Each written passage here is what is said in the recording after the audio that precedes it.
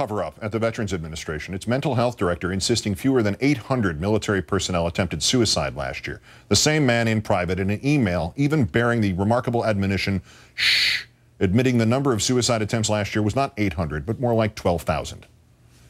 Our fourth story on the countdown, even as one of its hospitals closed its psychiatric ward after a fourth vet killed himself there, the VA is still treating the crisis with denial or deception or both. Last November, CBS News exposed the shockingly high number of vets committing suicide or attempting it, but the chief mental health officer of the VA, Dr. Ira Katz, vigorously denied it. There is no epidemic of suicide in VA. Then, earlier this year, the VA released data claiming that only 790 veterans had attempted suicide in 2007. Yet Dr. Katz's own correspondence, written shortly thereafter, belied that release. In a forwarded email titled, "Not for the CBS News interview request," Dr. Katz writes, "Shh, our suicide prevention coordinators are identifying about 1,000 suicide attempts per month among the veterans we see in our medical facilities. Is this something we should carefully address ourselves in some sort of release before someone stumbles on it?" And compounding that, after he criticized CBS News for reporting last year that there were more than 6,200 veteran suicides in 2005 alone, he then wrote another email 3 days later that read in part, quote, "There are about 18 suicides per day among America's 25 million veterans. This follows from CDC findings that 20% of suicides are among veterans. It is supported by the CBS numbers." Joining me now, Paul Rykoff, Executive Director of Iraq and Afghanistan Veterans of America. Great thanks for your time again tonight, Paul. My pleasure, Keith. Dr. Katz is denying that there's any cover-up here. He says the numbers were not released because of consistency and accuracy concerns. Do you believe him?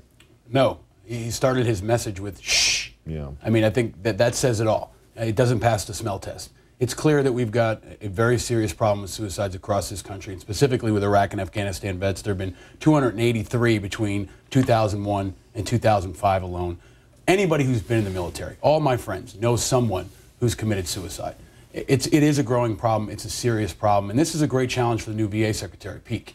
He inherited a heck of a mess here from his predecessor, much like Secretary Gates did at Department of Defense. And this is a challenge to him. He's got to step up and deal with this aggressively. More shocking than that misrepresentation, or whatever we want to call it, there are other facts here that go hand in glove with this. 300,000 Iraq and Afghanistan vets, either with clinical depression or post-traumatic stress disorder.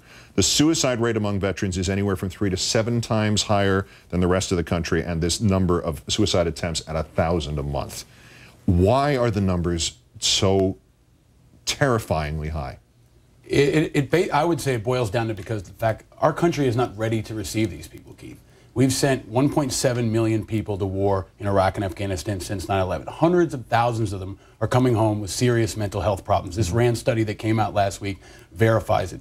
We're past the point of canaries in the coal mine. Everybody knows that there are serious mental health issues across the veterans population, and we're not taking care of them. There are backlogs at the VA. The average claim takes 183 days, and it's not a proactive system. I'm actually grateful to see that the VA next month is going to start reaching out. They're going to be proactive. They've listened to groups like IAVA and other veterans groups who've been banging away on this for years, and they're going to start now reaching out and being proactive. That's the key. We've got to reach out to veterans, let them know that there's help available, and provide that help when they come forward and ask for it. Can you get the point across to them when you talk to these people, as I know you do, that 183 days in response to a mental health issue is the same as 183 days if a guy had an arm fallen off and was losing blood for 183 days? Is that point intelligible to the VA? We try our best. Yeah, but I think the reality is that we need everybody in America to tell the VA. We need everybody in America to tell the president. We need everybody in America to tell all the presidential candidates that veterans issues, mental health care specifically, and the growing rate of suicide is a top priority for this country. These folks have served our country honorably, and when they come home, they deserve the care and resources that we can afford them. There are no excuses. At this point, there are no excuses. It should be apparent to everyone. All right, chime in here. John McCain has refused to sign on to Senator Webb's GI Bill, the new GI Bill that has so much bipartisan support, and has his own legislation which he says rewards those who stay in the military. Give me your assessment on this. How does it measure up to the new GI Bill? It doesn't, not even close. Senator Webb and Senator Hagel, Senator Warner, 57 senators from both parties have put together S-22, the new GI Bill that puts us on a World War II style GI Bill. This is going forward. More than half the House is behind it. Every major veterans organization in the country. It's time for John McCain and the other senators to get on the bus, not build their own bus. And we need everybody in America. Go to GIBill2008.org. Find out if your senator or congressman are on there, and if they're not, give them a call. bus with three wheels, by the way. Yeah. Paul Rykoff, Executive Director of Iraq and Afghanistan Veterans of America, as always. Thanks for coming in, Paul. Thank you, Keith. Change of pace here.